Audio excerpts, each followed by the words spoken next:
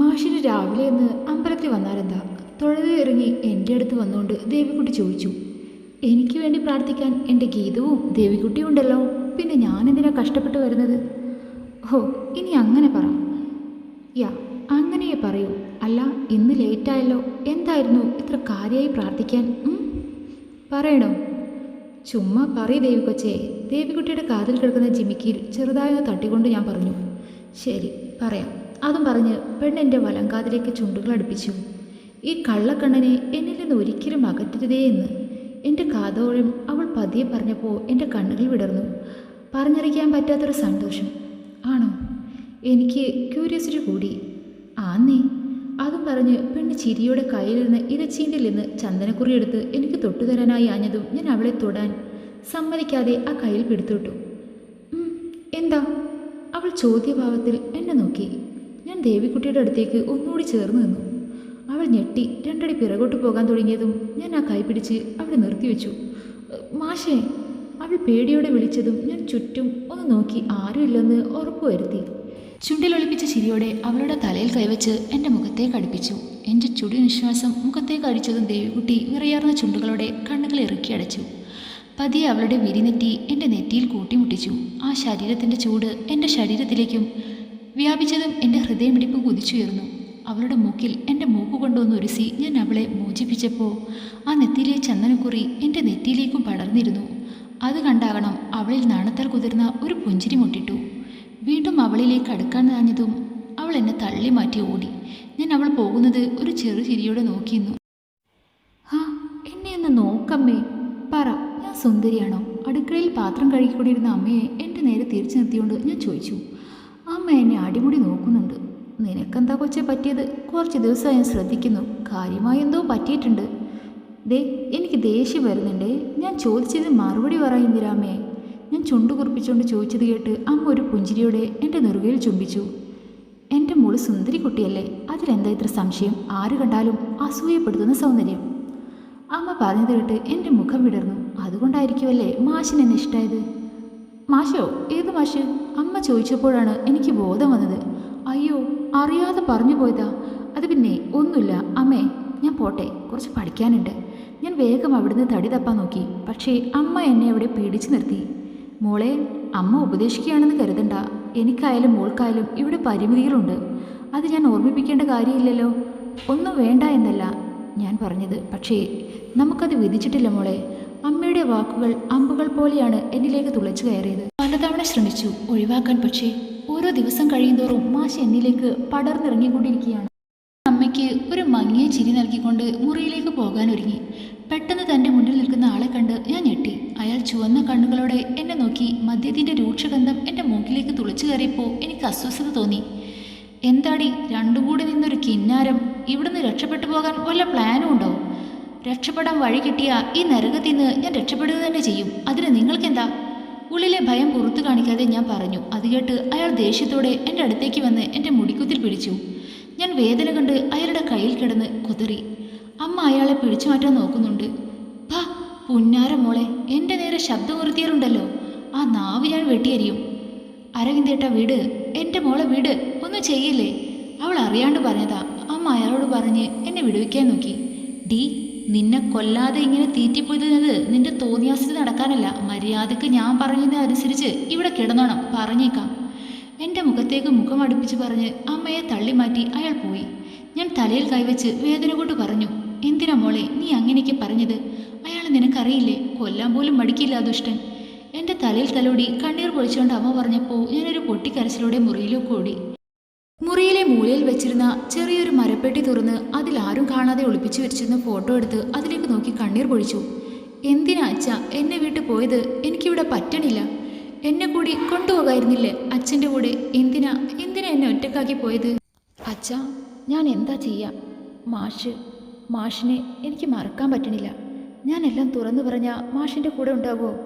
മാഷിനെ രക്ഷിക്കുമോ അച്ഛ? ഫോട്ടോയിലേക്ക് ഓരോ തവണ നോട്ടം വായിക്കുമ്പോഴും എൻ്റെ കരച്ചിലിൻ്റെ ആക്കം കൂടി. നാളെ തന്നെ മാഷിനോട് എല്ലാം പറയണം. ഇല്ലെങ്കിൽ ചിലപ്പോൾ മാഷിനെ എനിക്ക് എന്നേക്കുമായി നഷ്ടമാവും. ഇന്നും ഈ ചീരയും താളും തന്നെയാണോ കറി? 2 ദിവസമായി ഇത് തന്നെ കേട്ടുന്നു. പുളി ശരത്തെ, ട്രാക്ക് മാറ്റ്, വല്ല ചിക്കനോ മട്ടനോ എനിത്തിങ്. ഡൽഹിക്ക് ചോറ് വിളമ്പി കൊടുക്കുന്ന ഗീതുവിനോട് ഞാൻ പറഞ്ഞു. നിന്റെ ദേ എന്നെ കൊണ്ടൊന്നും പറയിപ്പിക്കണ്ട. ഓ, മാതാശ്രീ കലിപ്പിലാണല്ലോ. എന്നാ പറ്റി ഗീതു കൊച്ചേ? കറി മാറ്റാനല്ലേ പറഞ്ഞുള്ളൂ, അല്ലാതെ അടുക്കള മാറ്റാൻ പറഞ്ഞില്ലല്ലോ. നീ എൻ്റെ കയ്യിൽ നിന്ന് വാങ്ങിച്ചു കൂട്ടും. ഞാൻ ആരാടാ, മായാവിയോ അതോ ദേവതയോ നിനക്ക് തോന്നുമ്പോൾ ഓർഡർ ചെയ്യുന്ന സാധനം വെച്ച് തരാൻ? ഏയ്, രൂപം വെച്ച് ചേർച്ചിൽ ഉട്ടാപ്പിയാണ്. അത് നിന്റെ തന്ത. ദേ കുരിപ്പേ, തന്തക്ക് പറഞ്ഞാലുണ്ടല്ലോ, നീ എന്നെ കൊണ്ട് പറയിപ്പിച്ചതല്ലേ. ഉപ്പു തൊട്ട് കർപ്പൂരം വരെ ഇവിടെ തീർന്നു എന്ന് നിന്നോട് ഞാൻ തൊണ്ട കാറി പറയാൻ തുടങ്ങിയിട്ട് എത്ര ദിവസമായി? തമ്പുരാൻ ബിസിയല്ലേ? ഓഹോ, അതായിരുന്നോ കാര്യം. അതിനെന്താ, നാളെ പോകാലോ. ബിഫോർ ദാറ്റ് ഈ കർപ്പൂരം ഏത് കറി ഉണ്ടാക്കാനാ ഗീതു? ഓ, ഇവനെ ഏത് നേരത്താണോ ഈ കോടിൽ നിന്ന് എടുക്കാൻ തോന്നിയത്? എൻ്റെ വിധി. ഗീതു നടുവിന് കൈയും കൊടുത്ത് എന്നെ നോക്കി. ഞാനൊന്ന് എളിച്ചുകൊണ്ട് ഫുഡിൽ കോൺസെൻട്രേറ്റ് ചെയ്തു. ഈ ഓടക്കഥ കേട്ട് നിങ്ങൾ ഡൗട്ട് അടിക്കണ്ട കേട്ടോ. ഞാൻ ഈ നിൽക്കുന്ന കുരിപ്പിൻ്റെ സ്വന്തം മുതൽ തന്നെയാണ്. മാഷേ, എന്നെ നോക്ക്, ഞാൻ പറയുന്നൊന്ന് കേൾക്ക്. ഓഡിറ്റോറിയത്തിൻ്റെ പുറകിലുള്ള ഒഴിഞ്ഞ ബെഞ്ചിൽ മാഷിന് അഭിമുഖം ഇരുന്നുകൊണ്ട് ഞാൻ പറഞ്ഞു. മാഷ് കാര്യമായി എന്തോ എഴുതുന്ന തിരക്കിലാണ്. എൻ്റെ പൊന്നു ദേവുട്ടി, ഒന്ന് വെയിറ്റ് ചെയ്യ്, ഞാനിതൊന്നും എഴുതി തീർക്കട്ടെ. പറ്റില്ല, ഞാൻ പറയുന്നത് ഇപ്പോൾ കേട്ടേ പറ്റൂ. ശരി പറ, ഞാൻ കേൾക്കുന്നുണ്ട്. പറ്റില്ല, ഞാൻ പറയുമ്പോൾ എൻ്റെ മുഖത്ത് തന്നെ നോക്കിയിരിക്കണം. ഇത് സീരിയസ് ആയ കാര്യമാണ്. ഞാൻ മാഷിൻ്റെ മുഖം എൻ്റെ നേരെ തിരിച്ചുകൊണ്ട് പറഞ്ഞു. ഇന്ന് എങ്ങനെയെങ്കിലും മാഷിനോടെല്ലാം തുറന്നു പറയണം. മാഷ് ദയനീയമായി എൻ്റെ മുഖത്തേക്ക് നോക്കി, പിന്നെ എൻ്റെ കവിളിൽ കൈവച്ചു. എൻ്റെ നല്ല ദേവിക്കുട്ടിയല്ലേ, ഇത് ഇന്ന് ആ പ്രിൻസിക്ക് സബ്മിറ്റ് ചെയ്യേണ്ട റിപ്പോർട്ടാണ്. 1 മാസമായി പുള്ളി ഈ കാര്യവും പറഞ്ഞ് എൻ്റെ പിറകെ നടക്കുന്നു. ഇതൊന്ന് തീർത്തിട്ട് നീ പറയുന്ന ഒന്നല്ല 1000 കാര്യം ഞാൻ കേൾക്കാം. എൻ്റെ പെണ്ണ് പറയുന്നത് ഞാനല്ലാതെ പിന്നെ വേറെ ആരെയാ കേൾക്കുക? നീ ഇവിടെ ഇരിക്ക്, ഇതിപ്പോൾ തീരും. മാഷ് അതും പറഞ്ഞ് എൻ്റെ കവിളിൽ പിടിച്ചു വലിച്ചു. ആ മാഷ്, വേദനയുണ്ട് കേട്ടോ. ആണോ, മാറ്റിത്തരാട്ടോ, ഇതൊന്ന് തീർത്തോട്ടെ. അതും പറഞ്ഞ് എന്നെ നോക്കി സൈറ്റടിച്ച് മാഷ് വീണ്ടും പണി തുടങ്ങി. ഞാൻ താടിക്ക് കൈ കൊടുത്ത് മാഷിനെ തന്നെ നോക്കിയിരുന്നു. മാഷ് ചിരിക്കാതെ ഇരിക്കുമ്പോൾ പോലും ആ മുഖത്തിന് വല്ലാത്ത ഭംഗിയാണ്. കഴിയില്ല മാഷേ, നിങ്ങളെ പിരിയാൻ എനിക്ക് കഴിയില്ല. തേടി പിടിച്ചതല്ലല്ലോ, തേടി വന്നതുമല്ല, വിധി എത്തിച്ചതാണ്. മതി വരാതെ സ്നേഹിക്കാൻ. എൻ്റെ ചോര ഊറ്റിക്കുടിക്കാതെ വല്ല പണിയും ചെയ്യടി. ദിവസം എത്രയായി? ആ നോട്ട് ബുക്ക് ഇതുവരെ കംപ്ലീറ്റ് ആക്കിയില്ലല്ലോ, ചെയ്തൂടെ? മാഷ് എഴുതിക്കൊണ്ട് തന്നെ പറഞ്ഞു. എന്നിട്ടും ഞാൻ നോട്ടം മാറ്റിയില്ല. നോട്ടൊക്കെ ഞാൻ വീട്ടിൽ പോയി എഴുതിക്കൊള്ളാം. മാഷിൻ്റെ പണിയൊന്ന് തീർക്ക്. മാഷ് എന്നെ നോക്കിയൊന്ന് ഇരുത്തി മൂളി വീണ്ടും പണി തുടങ്ങി. മാഷിനോട് പറയുമ്പോൾ എങ്ങനെ പ്രതികരിക്കുമെന്നോർത്ത് ഞാൻ ആകെ ടെൻഷൻ അടിച്ചിരുന്നു. ഹാവോ, കഴിഞ്ഞു. മാഷ് പറഞ്ഞപ്പോഴാണ് ഞാൻ ചിന്തയിൽ നിന്നുണർന്നത്. മാഷ് ഒന്ന് ഞെരിഞ്ഞു നിവർന്ന് എൻ്റെ നേരെ തിരിഞ്ഞു. ഇനി പറ, എന്താ എൻ്റെ ദേവിക്കുട്ടിക്ക് പറയാനുള്ളത്? എന്തെങ്കിലും പ്രശ്നമുണ്ടോ? മുഖമൊക്കെ ആകെ വല്ലാതിരിക്കുന്നു. അത് മാഷേ, എനിക്കൊരു കാര്യം പറയാനുണ്ട്. പറ ദേവിക്കുട്ടി, അതിനെന്തിനാ ഇങ്ങനെ ഫോർമലാകുന്നത്? തനിക്ക് എന്നോട് എന്തും പറയാലോ. എൻ്റെ താടിയിൽ പിടിച്ചുകൊണ്ട് മാഷ് പറഞ്ഞു. എൻ്റെ മനസ്സ് അപ്പോഴും അസ്വസ്ഥമായിരുന്നു. അത് മാഷേ, എൻ്റെ ഡാ സിദ്ധു. പെട്ടെന്ന് അങ്ങനെ വിളി കേട്ടപ്പോൾ ഞങ്ങൾ തിരിഞ്ഞു നോക്കി. വിമൽ സർ ആയിരുന്നു അത്. അത് ശരി, രണ്ടും കൂടി ഇവിടെ ഇരുന്ന് കിന്നാരം പറയാ. നിന്നെ ഞാൻ എവിടെയൊക്കെ നോക്കി സിദ്ധു. എന്താടാ കാര്യം? എനിക്കിപ്പോൾ ഫ്രീ അവറാണ്, നീ ഒന്ന് പൊയ്ക്കേ. ഓ എടാ കുഞ്ഞേ, ഇപ്പോൾ സ്റ്റാഫ് മീറ്റിംഗ് തുടങ്ങും. നിന്നോട് ഞാൻ രാവിലെ പറഞ്ഞതല്ലേ. എവിടെ റിപ്പോർട്ട് എവിടെ? ഓ കോപ്പ്, ഞാനത് മറന്നു. റിപ്പോർട്ട് ഞാൻ എഴുതി. ശരി, വാ പോകാം. അതും പറഞ്ഞ് മാഷ് ബുക്കും എടുത്ത് എണീറ്റ് പോകാനൊരുങ്ങി. ദേവുട്ടി സോറി, ഇന്നൊരു അർജൻറ്റ് മീറ്റിംഗ് ഉണ്ട്. അത് കഴിയാൻ ലേറ്റാകും. നീ ക്ലാസ് കഴിഞ്ഞ് പോയിക്കോ. എന്നെ നോക്കണ്ട, നമുക്ക് നാളെ കാണാം, ഓക്കെ? എൻ്റെ കവിളിലൊന്ന് തട്ടി മാഷ് കാറ്റുപോലെ പോയി. ഞാൻ എന്ത് ചെയ്യണമെന്നറിയാതെ അവിടെ തന്നെ നിന്നു. ഞാൻ പിന്നെ അവിടെ നിൽക്കാതെ ക്ലാസ്സിലേക്ക് ചെന്നു. അവിടെയും ഫ്രീ അവർ ആയതുകൊണ്ട് നിത്യയും കൃപയും ഭയങ്കര സൊള്ളലാണ്. ഞാൻ അവരുടെ അടുത്ത് പോയിരുന്നു. വന്നല്ലോ കള്ള കാമുകി. ഇന്നെന്താ നേരത്തെ വന്നത്? അല്ലെങ്കിൽ ബെല്ലടിച്ചാലും വരുന്നതല്ലല്ലോ. കൃപ പറഞ്ഞു. അത് മാഷിനൊരു മീറ്റിംഗ്, അതിന് പോയതാ. ഓഹോ, അതാണോ? മുഖത്തൊരു മ്ലാനത. ഇല്ല, നമുക്ക് നാളെ കാണാം.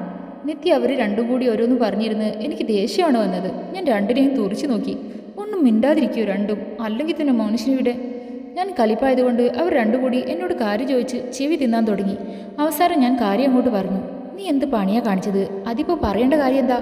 കൃപ പറഞ്ഞു. പിന്നെ പറയാതെ മാഷിനോടെല്ലാം മറച്ചു വെച്ച് ഒടുക്ക മാഷ് വേറെ എങ്ങനെയെങ്കിലും ഇതറിഞ്ഞാലുണ്ടാകുന്ന അവസ്ഥയൊന്ന് ആലോചിച്ച് നോക്ക്.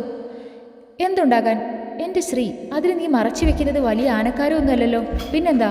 എടി, പക്ഷേ ഇതൊക്കെ അറിയുമ്പോൾ മാഷെന്നെ വേണ്ടെന്ന് പറയോ എന്നൊരു പേടി. എനിക്കപ്പോഴും ഒരു സ്വസ്ഥയും ഉണ്ടായിരുന്നില്ല.